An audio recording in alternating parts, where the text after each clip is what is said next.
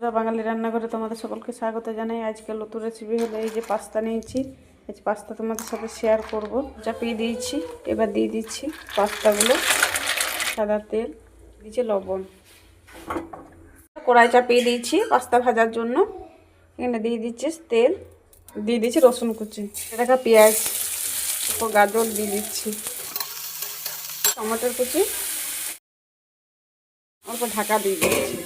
ঢাকাগুলো দেখে নিচ্ছি, স্বাদ মতো লবণ দিয়ে দিচ্ছি ঝালের জন্য কাঁচা লঙ্কা, দিয়ে দিচ্ছি আমি সেদ্ধ করা পাস্তা, দিচ্ছি সয়া সস, দিচ্ছি টমেটো সস,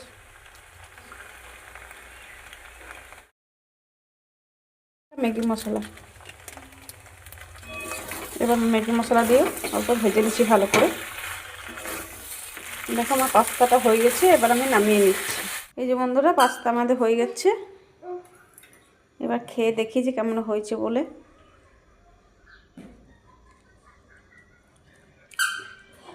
খেতে তো বন্ধুরা অসাধারণ হয়েছে, তোমরাও এইভাবে করে বানিয়ে দেখতে পারো।